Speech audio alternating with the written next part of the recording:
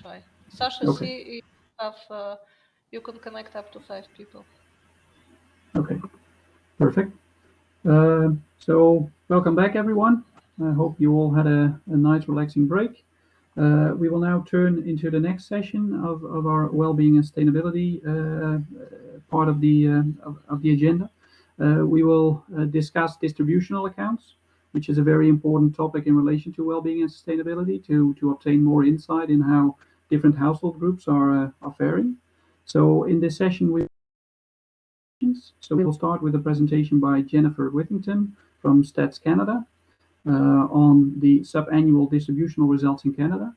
As Jennifer has to leave shortly after, we will have some questions and comments right after her presentation, and then follow up with the 2 remaining presentations afterwards by José Pablo Valdés from the World Bank on the distributional national accounts for Costa Rica, and finally a presentation by Mike Betty from the U.S. Federal Reserve on distributional financial accounts in the U.S. So with that, I would now like to ask Jennifer indeed to step in. Jennifer, the floor is yours. Thank you. I'll just share my slides.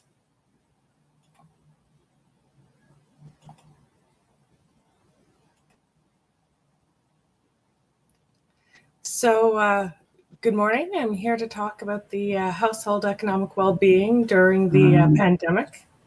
Sorry, Jennifer, we don't see the slides up yet. I don't know if you... Okay, I have them up. Just a second.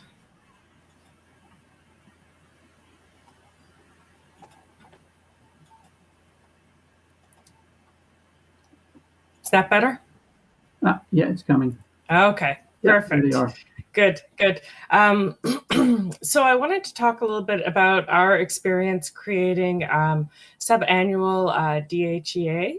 As you know, the one of the impetus for doing this is that it was felt in Canada that the pandemic had impacted people unevenly. Certainly certain sectors were hit a lot more hard than others, while certain of us were working at home and at least financially not impacted by the pandemic quite as much. So we dug around to look for various microdata sources that we could use to create a sub-annual DHEA. We did have to find other sources, as many of the sources we were currently using for our annual DHEA were not available on a sub-annual basis. So one thing to note when we did this is that we did hold the demographic and socioeconomic conditions for 2019 constant. By that, I mean, if you were in the 4th quintile in 2019, we kept you in that quintile for the quarters of 2020. There were 2 reasons behind that. The first being just simplicity. We didn't have the full microdata available for 2020 on a sub-annual basis. Also, we felt there were some benefits because holding constant the demographic characteristics of 2019, it made it possible to estimate the changes in various household economic indicators without intersecting changes from switching distributional groups. I'll go into a little bit about our data sources. One of the most important data sources that came to us was in terms of income. Statistics Canada has developed a social policy simulation database in 2020 to help understand the impact of COVID-19 economic relief measures. And this is something I will also refer to it as the glass box model. It incorporates federal and provincial economic relief measures up to September 2020, as well as a labor adjustment module, aligned by industry and employment and wage quintile with trends from the labor force survey. There's also an overtime module that was added to allocate supplementary wages, because while certain people were not working or were working less, there were other people who were working more overtime. In terms of wealth, we purchased some data from a consumer credit rating agency. So that's how we looked at the sub-annual changes in household liabilities. We got quarterly data on outstanding debt balances by type of credit produced, so mortgage, credit card, etc., for various groups of households. There was the age of the household as well. And those were aligned with the national balance sheet. So some data we're already producing. We were a little bit less lucky when it came to consumption. We didn't have any sub-annual data for consumption, expenditures, and liabilities to produce the estimates. So what we did is we took the detailed data for consumption across the board, and we assumed that all households adjusted equally their spending. So for instance, if travel was reduced down to a quarter of what it once was, households who were spending $1,000 on travel, we now assumed they were spending $250, whereas households that were spending $100, we reduced them down to $25. So this is not the perfect estimate, but it is the best that we could come up with at that time.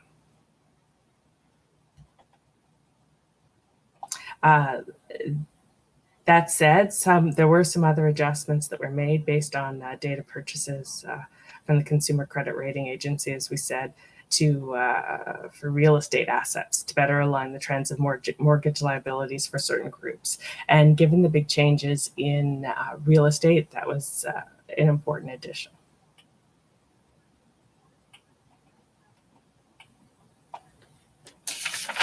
So I'll go a little bit into the social policy simulation database. I think I went into that fairly well. So it's a dynamic labor adjustment module. It gives people a probability of layoff or absence from work. It combines a number of sources of data, the labor force survey data, as I mentioned, and we were lucky to get detailed data on the Canadian economic response, as well as some of the provincial pandemic measures as well. So this is something that we spent a lot of time on to make sure that the assumptions in the model were as accurate as we could see that we were getting a good estimate for income. We also went through and did some additional adjustments as well. So to make sure that it was consistent with any of the other data and benchmarked to the other SNA indicators.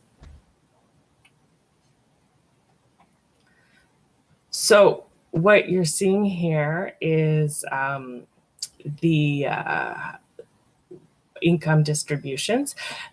They might come as a bit of a surprise to you, because the story that's coming out is that, in fact, during the pandemic, the distribution between the fifth quintile and the first quintile has actually gone down. So income inequality has gone down over the pandemic. As you see, the people in the lowest quintile saw their disposable income go up over the pandemic considerably, whereas the highest income, it was reduced to 38.3 from 40.1. This is a reflection of the strong support measures that were provided by the government.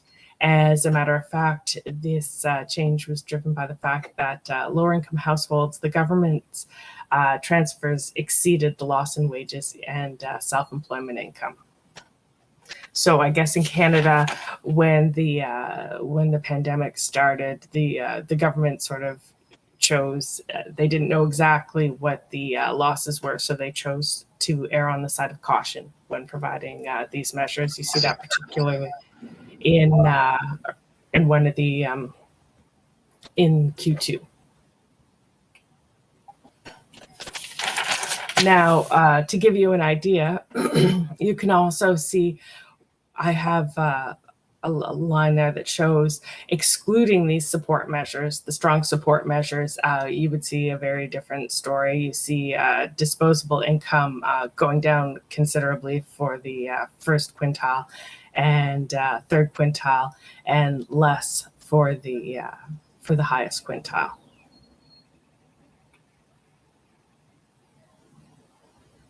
So in the early months of 2020, due to volatility in financial markets, you do see, and the restrictions in economic activity, you see disposable income, I'll go back to that, going down for all households in Canada.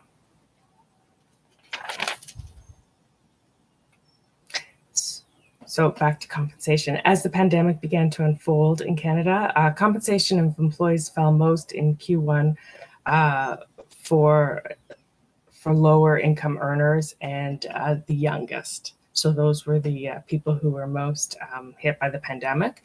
Those were also consequently the ones who received the government measures as well. And you also see that, not surprisingly, compensation of employees was hardest hit in Q2 for the groups. And again, it was the lowest quintile and the youngest who were hardest hit.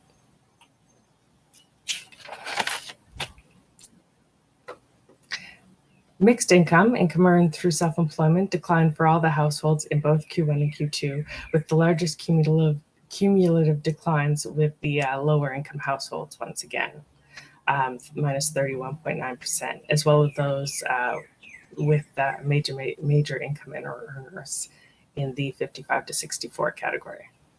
As with wages and salaries, self-employment income rebounded sharply in the third quarter as economic activity recovered. The households that saw the biggest declines in self-employment saw the biggest rebounds.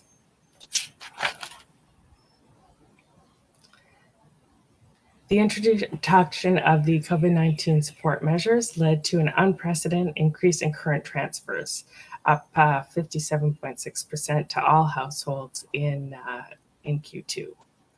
Although households did experience noticeable declines in wages and self-employment income, as we saw in the first two slides in Q2, the COVID support measures provided by the government more than compensated for these losses. The differences between the support measures and decreases in wages and salaries and self-employment income was most pronounced in the middle-income households. On average, they gained $2,500 more than they lost. On average, young and middle-aged households gained around $3,000 in Q2.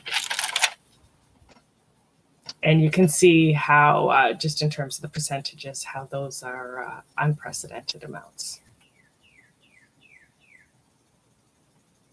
So although a large proportion of the total value of government support measures went to middle and upper income earners and middle-aged households, the impact of these benefits, of course, was greatest for the lower income and younger households. Over the first 3 quarters, government support measures represented 16.4% of disposable income for the lowest income households versus 4.3% for the highest, 11.3% for the youngest versus 4.2% for the oldest households. So you have all this income coming in. And as you know, many, because of restrictions on things that were closed, the result was an unprecedented gain in net saving in 2020. So the lower consumer spending because of the lockdowns, of course, were an impact there, and limited economic activity. So while you see all households increase their net saving in the second quarter, the improvement did carry through to Q3 for the lowest income household. Middle income earners saw some of the biggest improvements as they moved from a net dis-saving to a net saving position. This is the first time since the DHEA what goes back, as far as the DHEA goes back in 1999 when it was first measured, that you see that change.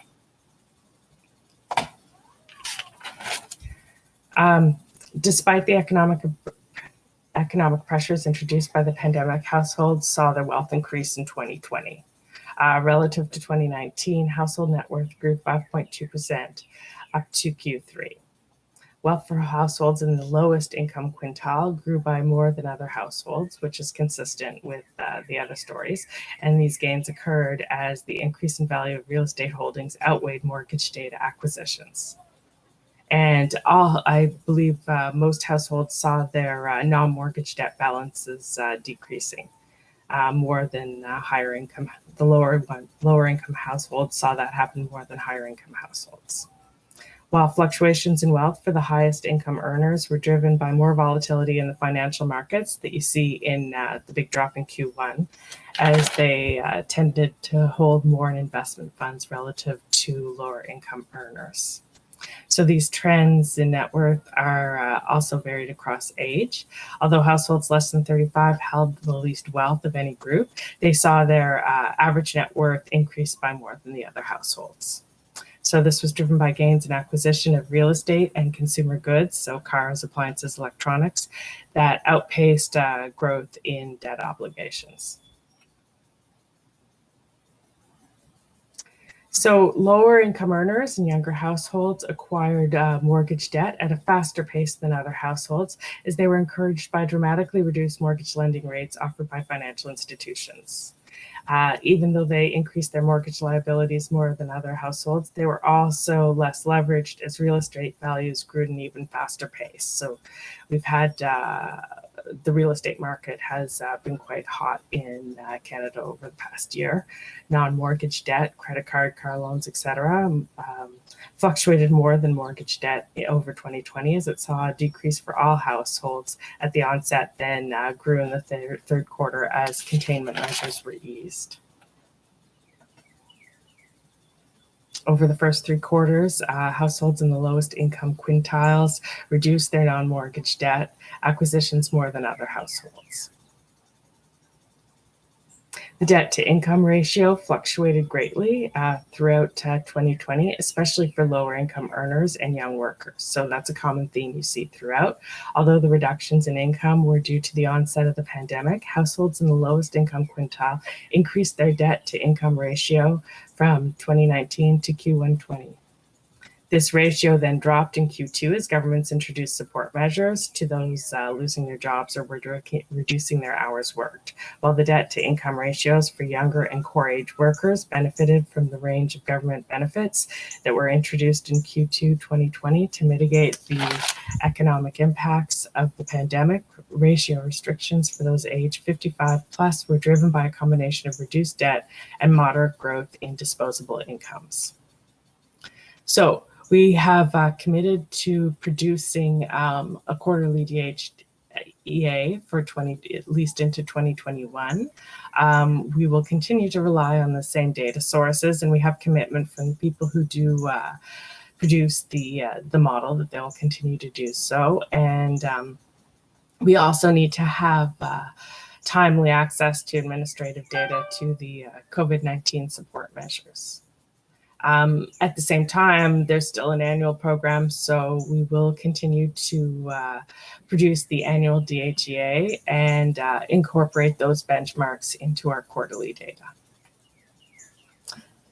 So I think as you see some of the results, it sort of gives you an indication of the importance of what you can find when you look at this information quarterly. Thank you.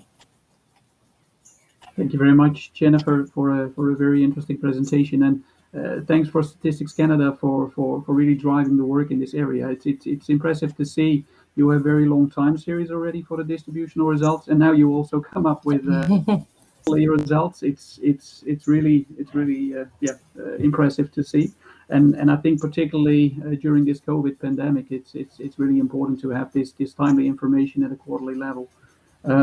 Before turning to John, I just wanted to raise a quick question myself.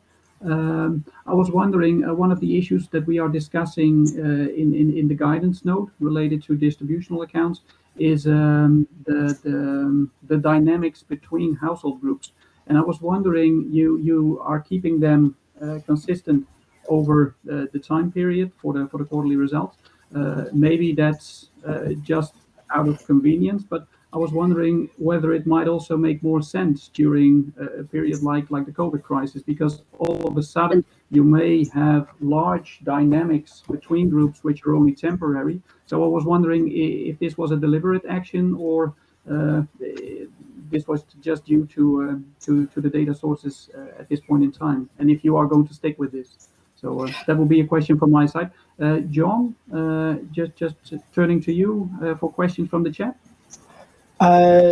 As of yet, just Catherine, who is echoing your thoughts, regarding congratulations. And I think a lot of people watching would agree with that this is very impressive work produced very quickly. She particularly just wanted to know about the media or policy partners' reaction. I remember from my time in Australia, the distributional stuff always received the largest amount of retweets. It was always proved very popular. And I think in 2020, this was particularly interesting. So I think it would be good if you could elaborate perhaps on the reaction to some of these results. Thanks, John. Then turning to you, Jennifer, and in the meantime, if there are more questions, please raise them in the chat. Jennifer? Okay. So in answer to your question, yes, it was a bit of both. It was a pragmatic decision to keep those quintiles constant over time, just because it was of ease. I mean, it was a fairly big undertaking to get all the subannual data and put it all together, and it was easier to keep those constant. But it was also because you're going to see a lot of volatility depending on what's going on from quarter to quarter, and that would be more difficult for users to be able to analyze with so much going on. So it really did parse out the economic impacts. In terms of media attention, yes, there was a fair bit of media attention on this, particularly given the fact that the government measures exceeded, in many cases, the loss of income. So that's that. Even though that showed up in other measures, such as the national balance sheet, it was highlighted even more in this. So that was certainly a thing of interest, and also the result that some of the lower income, that the distribution between the top quintile and the bottom quintile was in fact reduced during the pandemic. It was quite interesting. A lot of interest from our partners in the government as well, many of whom were trying to come up with estimates of impacts themselves, but with the benefit of some of the tools that we had, like the glass box model, we were able to get some important insights for them as well. So yes, there was a lot written about it in the days that followed. A little less now, but as we go to release at the end of this month again for Q4, I imagine it'll pick up. Good, thank you very much. I can imagine indeed that there must be a lot of media attention, and particularly what I noticed was in the second quarter there is indeed a large increase where maybe people would have expected a decrease, and then there is the link indeed with the government support. So it's interesting to hear indeed that releasing these type of results gains more attention on how the household sector is doing in general, and then also having a look at the distributional results. I'm having a quick look at the chat, also having a quick look at John, but I don't see any other questions. So I think we can leave it for this at this point in time. I think I would like to thank you very much for this very interesting presentation. And yeah, please join us for the other presentations. I know you have to leave probably rather quickly. I think if there are going to be remaining questions, I now see some appearing in the chat. We will follow up with you in any case. And for now, thank you very much for the very interesting presentation. That said, then we will turn to the other two presentations in this session. So the first one is by Jose Pablo Valdez from the World Bank, who has been involved in a project with colleagues from Costa Rica to compile distributional national accounts for Costa Rica. And in this presentation, he will tell us about what they've done and some of the results. So Jose Pablo, turning to you. Just a heads up, I noticed you have a lot of slides, so you have 15 minutes. I will let you know when you have 3 minutes to go. Of course, thank you, Jared. I'll be quick. So first of all, let me try to share my screen. Okay.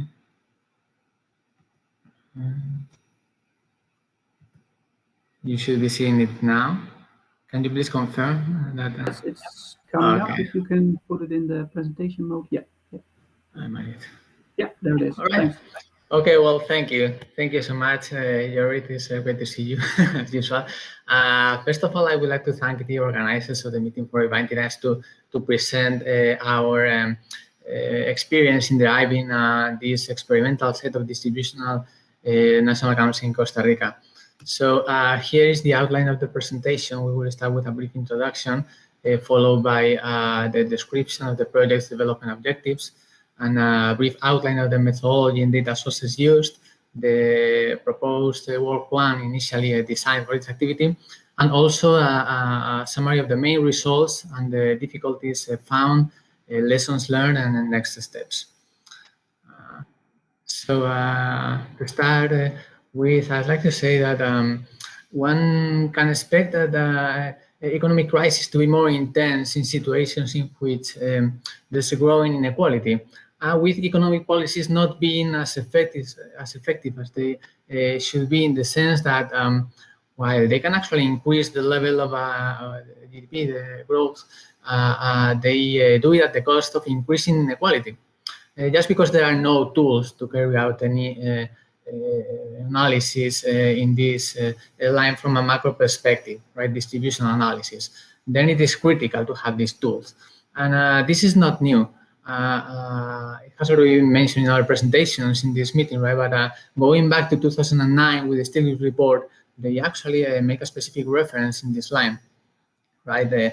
Pointing out that distribution of income, consumption, and saving is important, as it tells how accessible the goods and services produced in an economy are, right? And also they mentioned that growing inequality worsens the impact of an economic crisis. And well, this is not new to the bank either, right? Moreover, the bank's Poverty Commission in 2017 made 2 recommendations in this line, pointing out that specific actions from the bank's side towards obtaining inequality macroeconomic indicators that are compatible with microstatistics, right? I have included the recommendations in the slide, so just for your reference. Now, so as for in this context, we designed this project, right? And the main development objective was to develop estimates of household income, consumption, and saving that are consistent with national accounts. And of course, in doing so, it is inevitable to gain a better understanding in between the national accounts and the micro statistics. And moreover, one can find ways to improve the overall quality of both the national accounts and micro statistics in the light of the results, and also within the distributional accounts compilation process itself. And I mean, we all know that the current version of the SNA doesn't actually include a framework to estimate the household sector from a distributional perspective, as national accounts refer to households as average household, right? And as for microstatistics, where they are not usually consistent, like fully consistent with national accounts, like for example, household surveys, well, they have sampling, they are subject to sampling and non-sampling errors, as well as differences in coverage, in concepts, in definitions, etc. Same for admin records, that in most cases they are not actually designed for these statistical purposes. So it is critical to have such a framework, right? Now, the joint OECD Eurostats expert group on disparities in a national accounts framework, the EDNA, provides such a framework, right, to obtain distributional measures of income, consumption, and saving of households consistent with national accounts. We know that, I mean, this framework, of course, is more easy to apply to advanced OECD countries that for which capacity and human resources are not or should not be a constraint to compile such measures. However, this doesn't really happen in most of the World Bank's client countries. But in any case, we thought that the EDNA made a tremendous effort in completing this framework, and it's very, very consistent from a methodological standpoint the SNA, and this is the framework we used to compile to conduct our study. Although at some point we had to simplify parts of the framework. However, like I mentioned before, the framework we used is the EDNA's framework. And I think at this point I would like to thank, first of all, the Central Bank of Costa Rica. I see Gabriela, I think she is connected. They made a marvelous effort with us to conclude, to finish this study, and also the Stats Office in Costa Rica. And of course, you, Jorrit, I want to thank you for your continued support in all the stages of this project. Well, our approach has been eminently practical, right? Here are the stages of the approach. We started with a preliminary assessment of the household survey and the national accounts in Costa Rica, just to see the feasibility of such a study in the country. And then the stages included in the EDNA, adjusting national accounts totals, doing the macro linkage, imputing and doing alignment between the micro and macro statistics, and clustering households into household groups. We will talk about which household groups we chose, and finally compiling or elaborating inequality indicators. As for the data sources used, we basically used two surveys from the micro side. One was the national survey of household income and expenditure. And the second one was the national survey of households micro enterprises. I guess without going into much detail, due to limitations in time for this presentation, I will just say that the first data source was the one providing most of the distributional information for the various income and consumption elements, while the second one we used it to try to do some estimates for the non-observed economy by household group. Also, for your reference, I have included a summary table of the initial work plan for this activity. This is the version that we had before all this COVID situation started, so it had to be modified. Just for your reference, I have included in here. And also, it is worth mentioning that this activity was fully funded by the World Bank's Trust Fund for Statistical Capacity Building. I have to say that this trust fund has closed recently. However, I am sure that we will soon have some additional instruments at the bank to try to finance these kind of activities in the future. As for the main results of the study, I also try to be quick in here. They include these results were were obtained for the various household groups, and including income quintile, gender of the reference person of the household, and economic activity of the reference person of the household. And then, in addition to this, a set of inequality indicators was obtained, which include the per household and per consumption unit components of consumption and income, and some disparity measures like the ratio to average for each variable and household group, or the ratio highest to lowest, or the coefficient of variation. Right? You will see some charts later on. And finally, of course, the distribution of the different components of consumption and income per household group.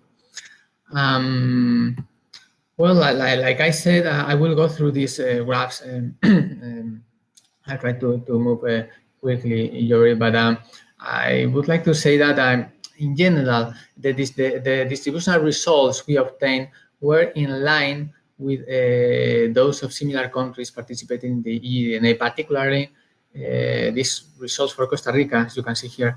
They compare to Mexico, both in terms of adjusted disposable income and actual final consumption, and their components, their main components, and as well as per the saving ratio. So like here, you can see the ratio to average per each income quintile for adjusted disposable income. Same disparity indicators of the coefficient of variation. Again, same indicators for the actual final consumption expenditure.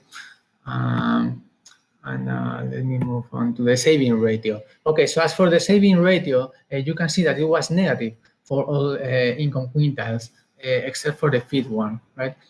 So we could see that this has some sort of vulnerability in the household groups for which the saving ratio is negative.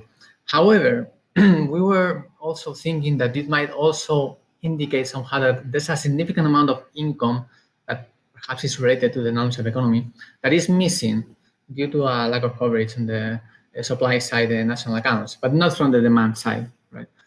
Although this, I guess we could talk about this for a long time, right? But so this is what some comment I wanted to make about this.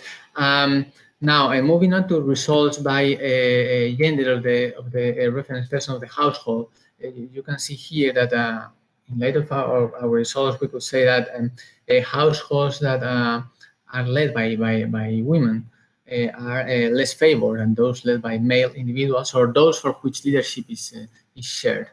And this, of course, in terms of per consumption unit, adjusted disposable income, final consumption, or saving rate. In fact, for the saving rate, it is actually negative for the female-led households, right? And finally, for the economic activity of the reference person of the household, the results show that real estate and professional scientific and technical activities show the highest per consumption unit distributional figures, while agriculture and domestic service activities show the lowest one. And this both in terms of adjusted disposable income, actual final consumption and saving rate. I have many more charts for that I could actually show you. If you are interested, I can share the methodology and the full report for this project. Let me just move on a little bit here. So as for the difficulties found, the lessons learned, and next steps. Well, first of all, I'd like to mention as a difficulty the different reference periods, right? So one of the main difficulties encountered when carrying out this study refers to the different reference years for the national accounts and for the household income and expenditure survey. Because the national accounts refer to the ones that were available when the study was being conducted, refer to 2017, while the survey investigates the year 2018. At some point, we were thinking that it would have been possible for us to use, excuse me, a different survey called the Annual Household Survey to try to extrapolate the year 2017 and of the income and expenditure survey and conduct this study. However, the low level of disaggregation and breakdown of this annual household survey implied assuming too many assumptions, too many hypotheses regarding the distribution of the main income and consumption aggregates in their underlying elements. So in the end, we decided to go with the 2018 income and expenditure survey and apply it to the 2017 national accounts. With that being said, I believe it will be very easy for Costa Rica to update the results once the new national accounts are available, because we actually, the framework that we develop allows to do a quick update, right? So it's actually one of the strong points of this study. And another difficulty refers to the limited coverage from the micro side for certain elements, right? And this is not surprising, right, to discover that some elements show different differences in levels, right? Comparing national accounts and expenditure, income and expenditure survey, especially for income, some income items, right? At some point, we also thought that we could use or apply some statistical matching techniques to include additional micro sources that were also available. However, we found that it was actually better in terms of reducing the macro gaps to use the expenditure, the income and expenditure survey, just that data source, or a linear combination of variables from the survey. This we tried this, and this reduced the macro gap. And finally, there was a need to adjust both the micro and the macro levels. right? For example, there were certain outlier households for variables like dividends, right?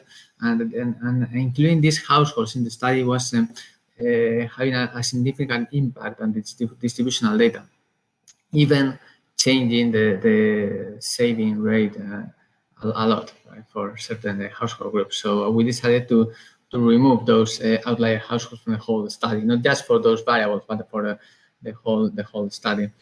And on the other hand, it was also necessary to make some adjustments to the national accounts data once it was already distributed by group on certain elements like the imputed rent, for example, because it was showing like weird results.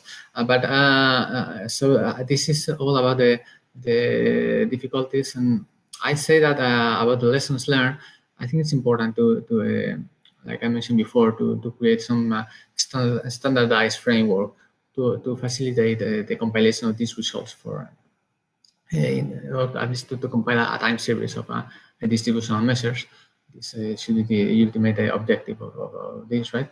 And also it is critical that the institutions that are compiling national accounts and household surveys cooperate together. In our case, the cooperation was excellent, and we really want to thank again both institutions, the Central Bank and the National Statistics Institute of Costa Rica, for the outstanding and remarkable collaboration.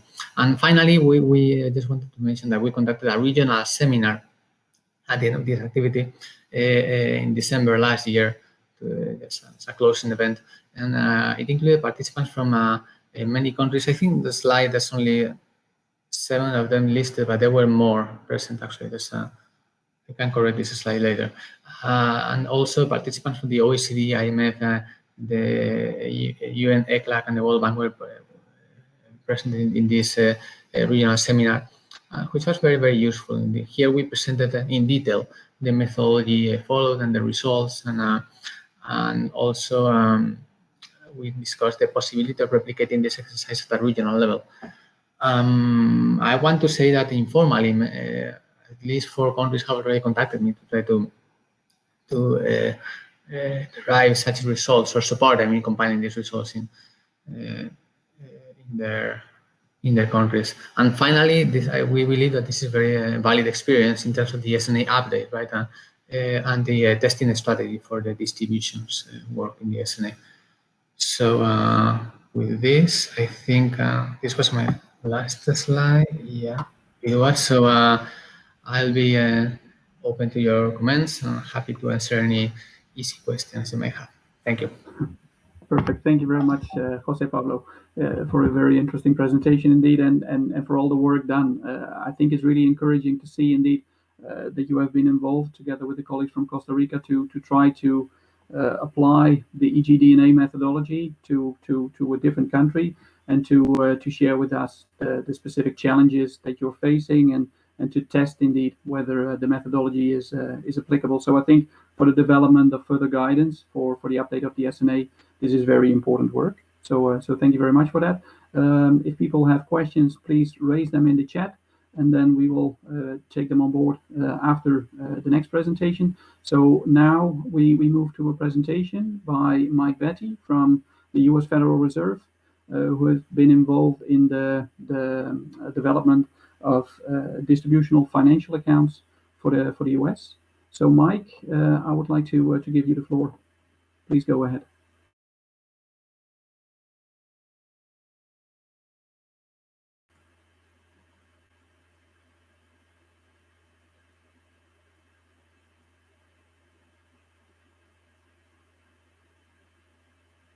Just checking, Mike. Are you there? And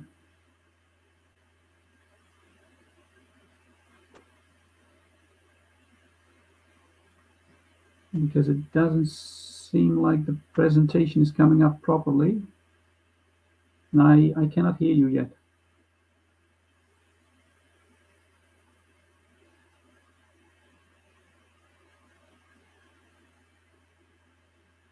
I don't know, Mike, can you unmute or probably reconnecting? Let's see if he comes back in a minute.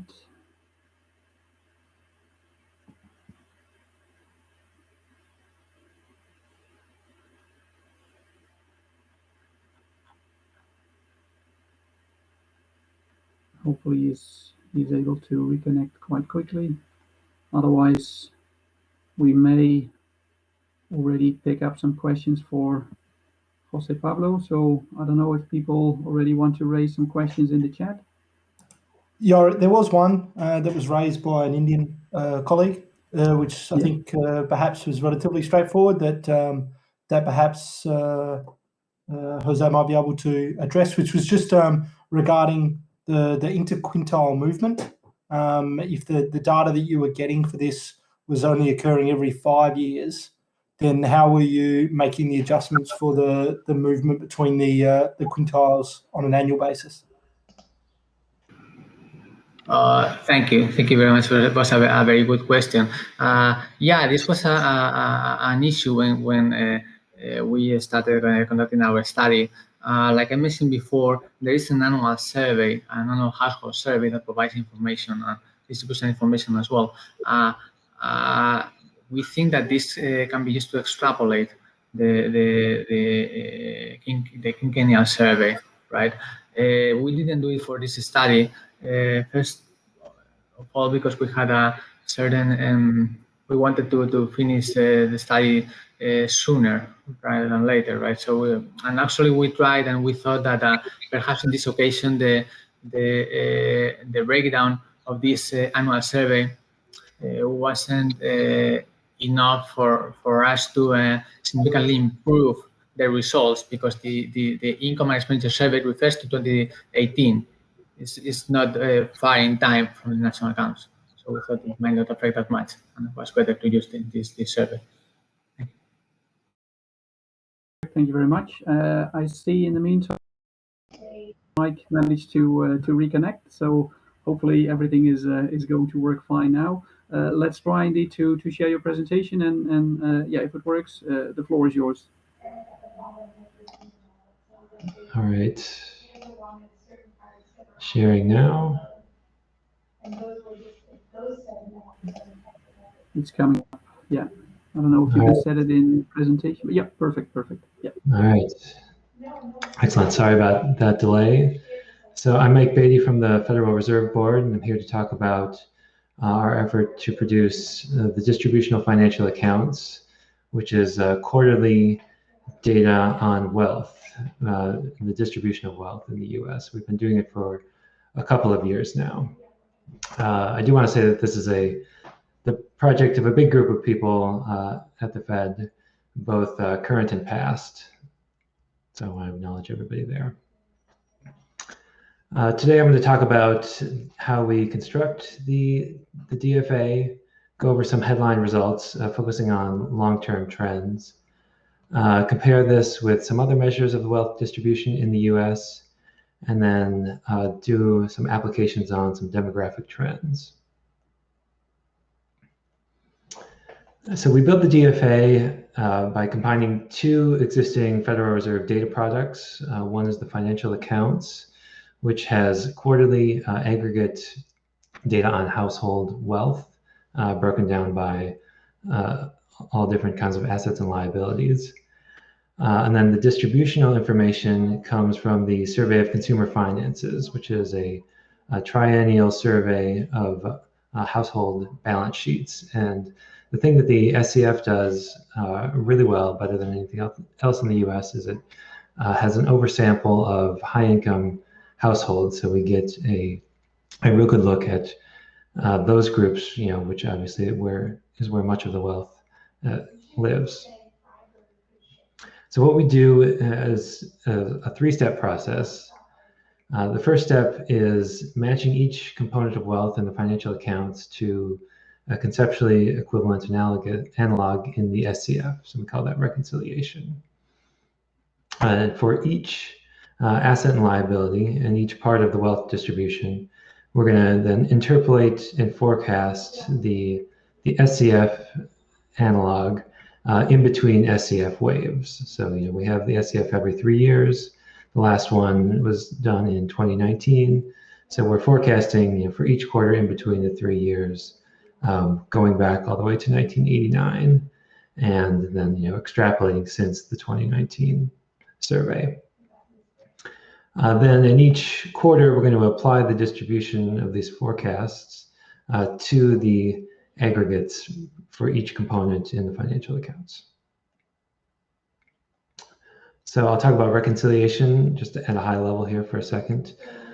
About 30% of the time, the reconciliation is a pretty straightforward process where there's something in the SCF that measures in a very conceptually consistent way something that's in the financial accounts. So like real estate, for example, people report the value of their homes, and we have the same thing in the financial accounts. About half of the time, though, there's something close in the SCF, but it requires some significant adjustments. One example there is households in the SCF report stock holdings, just direct holdings, as well as in mutual funds, and also in trusts and IRAs. So they report the total amount in trusts and IRAs, and then a breakdown of roughly what percentages are in stocks. So we have to do some manipulation to come to a total amount that's held in equities, per se. Then there's about 20% of assets and liabilities that are not directly measured in the SCF, and instead we're going to be imputed using relevant information in the SCF. The big example there is DB pensions. So in the financial accounts, the measure is like an actuarial present value of future pension benefits. But since people aren't able to come up with that number on their own, instead in the SCF they're reporting the income that they're receiving from pensions or the income they expect to receive in the future. So we have a process to basically take all that information and capitalize it into a present value, and then distribute the financial accounts aggregate on the basis of the expected benefits reported by households in the SCF. The other major adjustment we do to the SCF is it explicitly excludes the wealth of the Forbes 400, which is the list of the 400 wealthiest people in the US. That's for confidentiality reasons. But the SCF actually has some households that are within that wealth range. So we reweight those individuals to represent the wealth of the Forbes 400.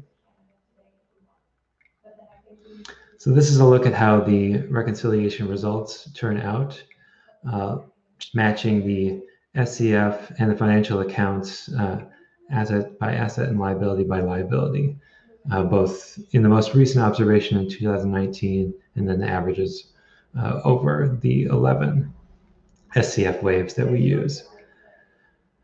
I'm considering how different the sources of data are. I'm pretty encouraged by how close we end up, both in total and by each category. There are some differences there, and we're going to explore later on what effect that might have. But overall, our conclusion is that these two sources of data are quite compatible. So interpolation and forecasting is the next step. We use the method of temporal disaggregation by Fernandez, which is an extension of the Chow-Lin method.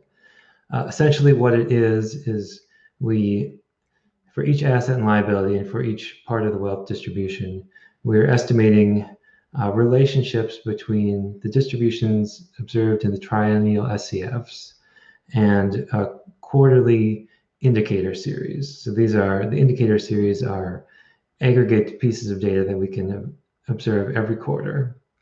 We run a bunch of regressions to estimate those relationships and use those to predict what's going on with the distribution of wealth in between and since our last SCF observation.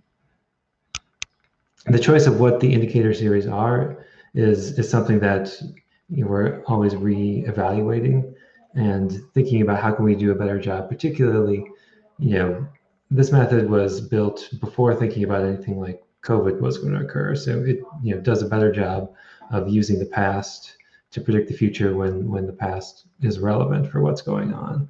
But in a time like COVID, there's real questions about what those relationships are measuring. So we're doing some work now to think about how we can do a better job measuring some of the unique aspects of what's happened in the last year and a half. So now I'll go into headline results. On the left, I'm showing the level of wealth for 4 parts of the wealth distribution, and on the right, I'm showing the shares. What you can see is that wealth is highly skewed to the top in the U.S. and has been getting more so over the last 30 years. The top 1% increased their share from the low 20% to the low 30% over that time. The next 9 held about stable, and then that means the bottom 90% is losing wealth share over time. And really, the bottom 50% of the wealth distribution has just almost no wealth in aggregate.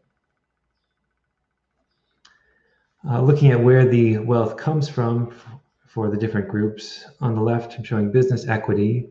That includes directly owned stock, mutual funds, and privately held businesses. So that category is really dominated by the top 10% of the wealth distribution. It has been for a long time, but it has been getting more so. The important sources of wealth for the bottom 90% come in through pensions and real estate.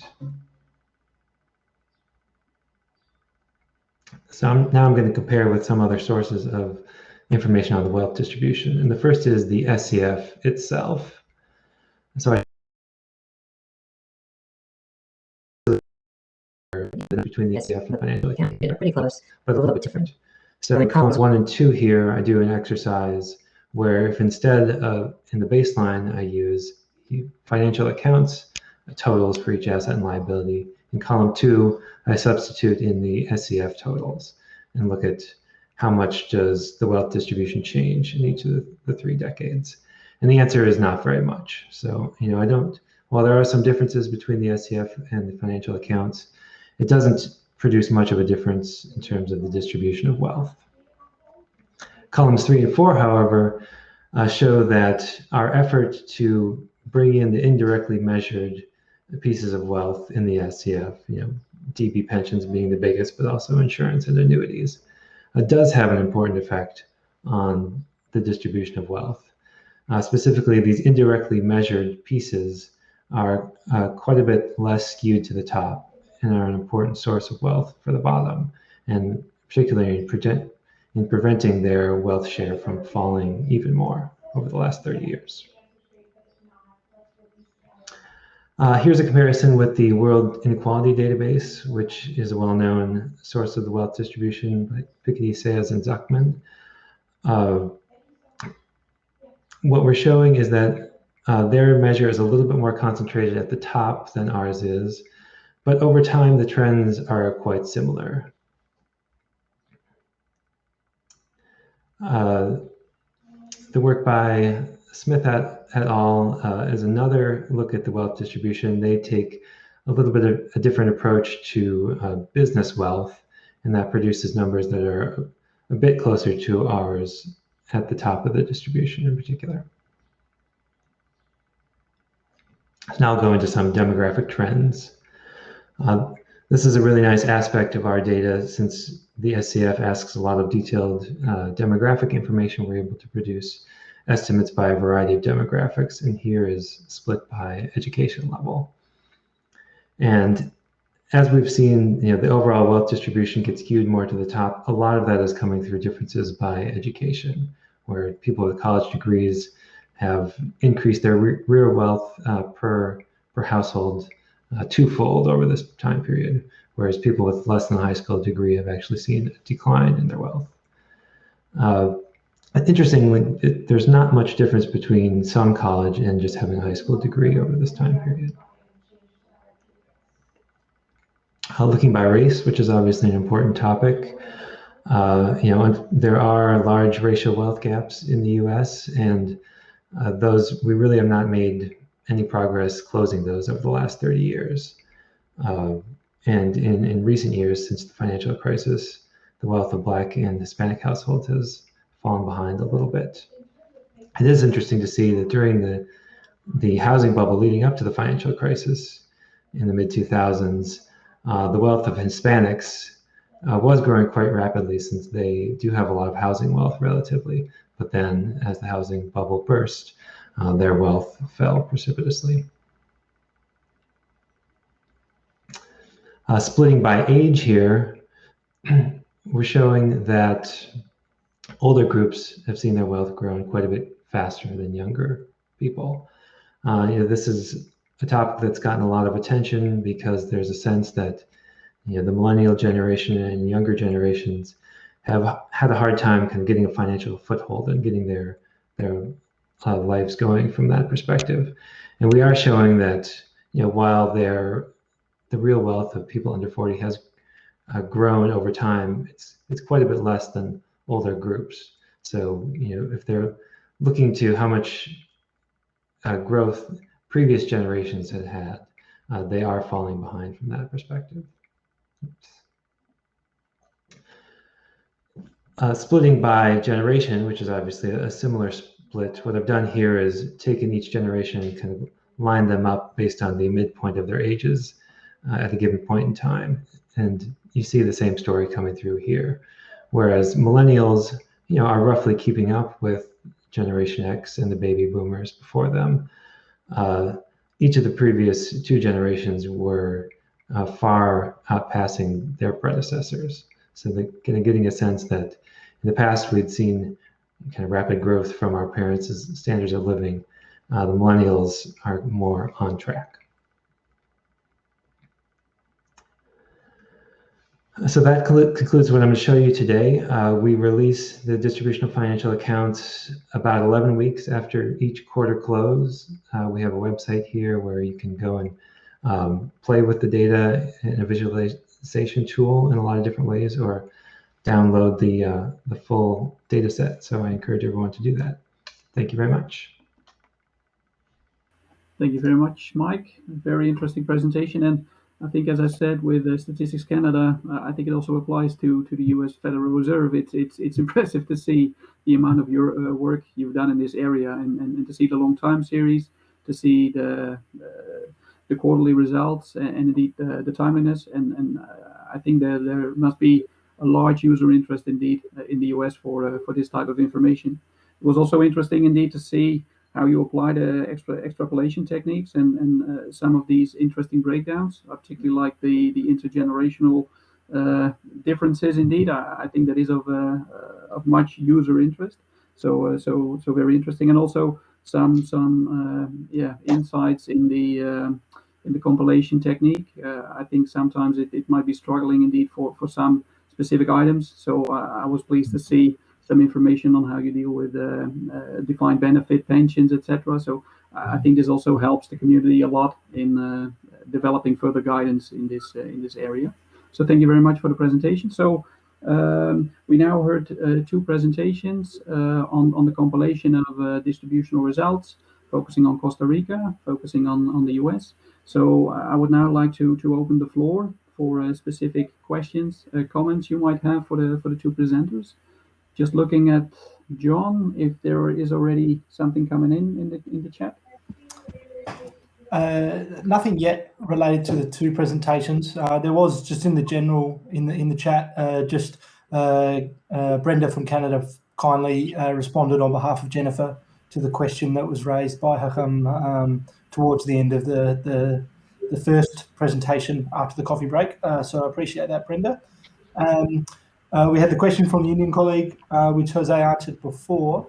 I'm sure that there are a lot coming. I might take the opportunity, if I may. I do just have a question, and obviously that there's a large amount of data at your disposal there, and it's very impressive. Just a couple of the comments that you mentioned when you looked at the differences by generation or by race. Have you been able to look at it without housing or with housing removed?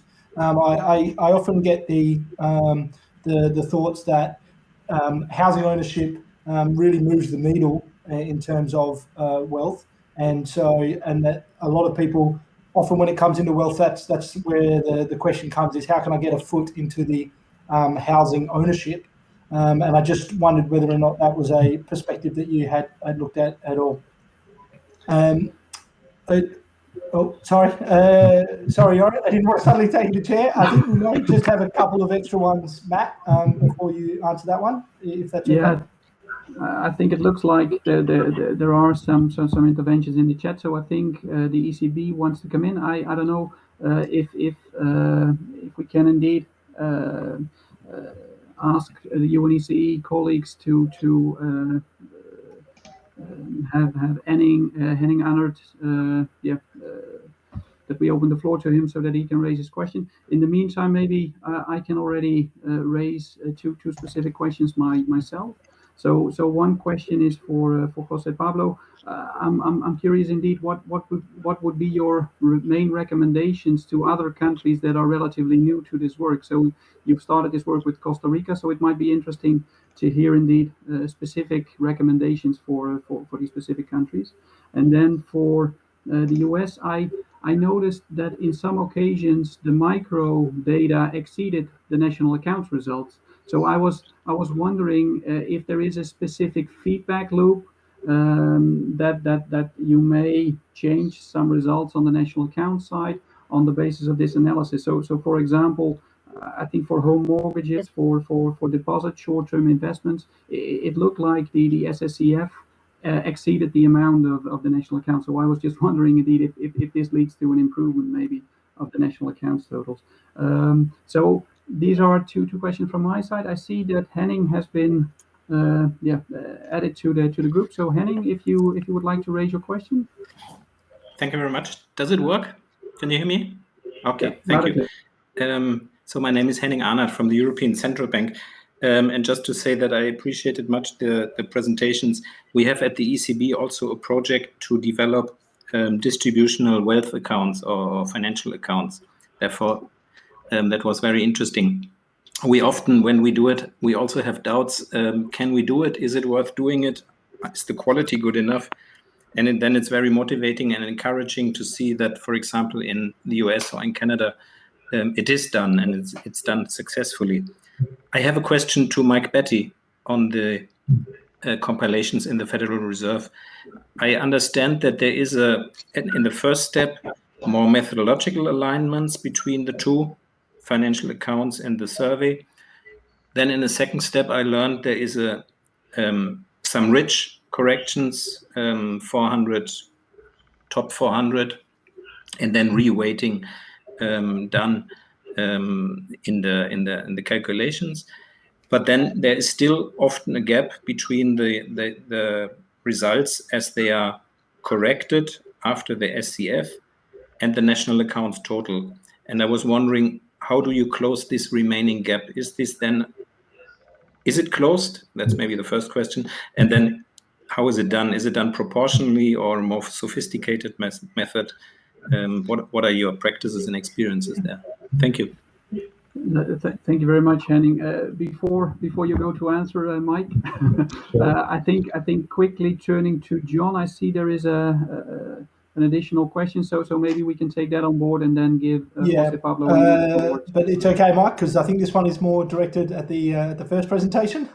Just the colleague from Indonesia, just wondering, Jose, if there was any particular policies that were implemented that you were able to identify that had a significant effect on some of the results that you put out, because I suppose at the end of the day, that's the point of this work is to try and find out which policies are having an effect and which ones aren't. So I think we collected quite a few. Hopefully you will be able to answer indeed. In the meantime, if people have additional questions, please raise them in the chat. And then now I would like to give the floor first to Jose Pablo and then afterwards to Mike. So Jose Pablo, if you want to respond to some of these questions. Thank you so much. So I will start with our Indonesian colleague. I think my comment was more general, right? It went in the line that it is important to be able to it's important to have a framework to assess the distributional impact of economic policies. I mean, I didn't want to go into this complicated, path on distinguishing policies that are that increase or decrease inequality. Just wanted to make the point, right, that as long as we have this a set of distributional national accounts being compiled on a regular basis, one can see if a particular policy increases or decreases inequality, right? We can see that it increases or decreases GDP, or growth, but not inequality. That was my point. I think I shouldn't enter into this issue. Thank you. Just quickly touching upon my question, do you have specific recommendations for countries that are relatively new to this work? Oh, yeah. I mean, based on our experience, I think it is important. Like I mentioned in my presentation for Costa Rica. First of all, and I think Catherine mentioned this as well, we have to be sure when we start working on distributions that we have a consistent set of sectoral accounts. That's basically critical, right? And as for the household survey, again, we need to be able to. I mean, we need to have a set of large set of variables that can be linked to national accounts variables, right? And this is important because if not, the distributional results won't make much sense. I mean, we can always do them, right? But I don't think. I think it's important to work on the basis, which is the sectoral accounts and the household survey. I think this will be my main recommendation in this regard. And then, I mean, once you start working on this, it is important that the framework you create is somehow standard, so that you can build a time series. This is also critical because it doesn't make much sense for us to have a distribution of figures of 2018 in 2021.